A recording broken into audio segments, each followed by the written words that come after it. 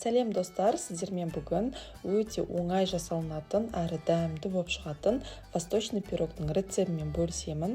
Менімен бірге соңына дейін болыңыздар.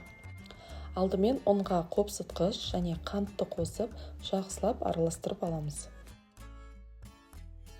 Бөлме температурасында тұрған сары майды қосып, крошки болғанша қолмен араластырамыз. Егер де май қатып тұрған болатын болса, онда майды ұнға аунатып отырып, теркадан өткізіп аламыз.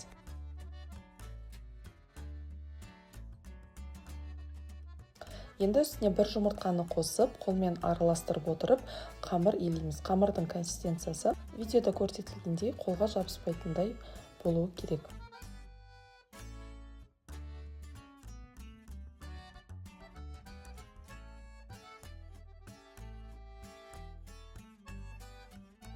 Холодильникке жарты сағатқа қойып қоямыз. Енді начинкасын дайындаймыз. Ол үшін өрік пен мейіз және де грек жаңғағын жақсылап жуып алып кептіреміз. Грек жаңғағын жуған соң духовкада 15 минуттай қыздырып алдым. Видеода көрсетілгендей барынша майдалап турап аламыз. Мейізді де майдалап турап алсаңыздар жақсы болады. Өздеріңіздің қалауларыңыз бойынша басқа да кептірілген жемістерді және де басқа да жаңғақтар, миндаль, кешью деген сияқты жаңғақтарды қоссаңыздар өте дәмді болып шығады.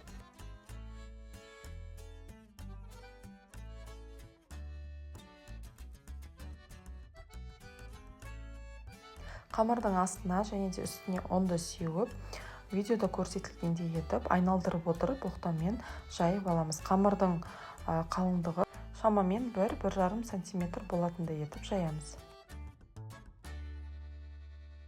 Қамырды формаға біркелкі етіп салып аламыз.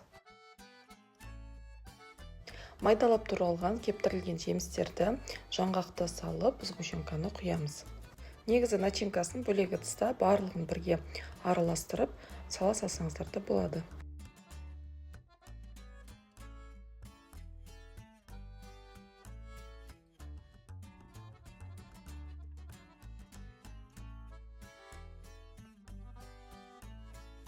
Енді қамырдың артық жерін пышақпен кесіп алып тастаймыз.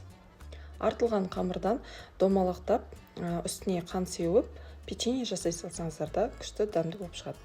180 градуста қызып тұрған духовкада шамамен 35-40 минуттай әдемі золотистой болып піскенше пісіреміз.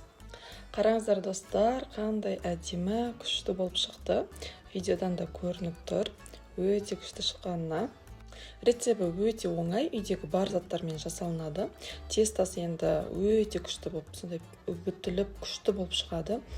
Міндетті түрде жасап көріңіздер менің рецебіммен. Каналымда басқа да тәттілердің рецебі бар, қарап өтіңіздер. Сіздермен болған назым. Каналыма тіркеліп, лайк басып, комментарий жазып, мені қолдап кетіңіздер.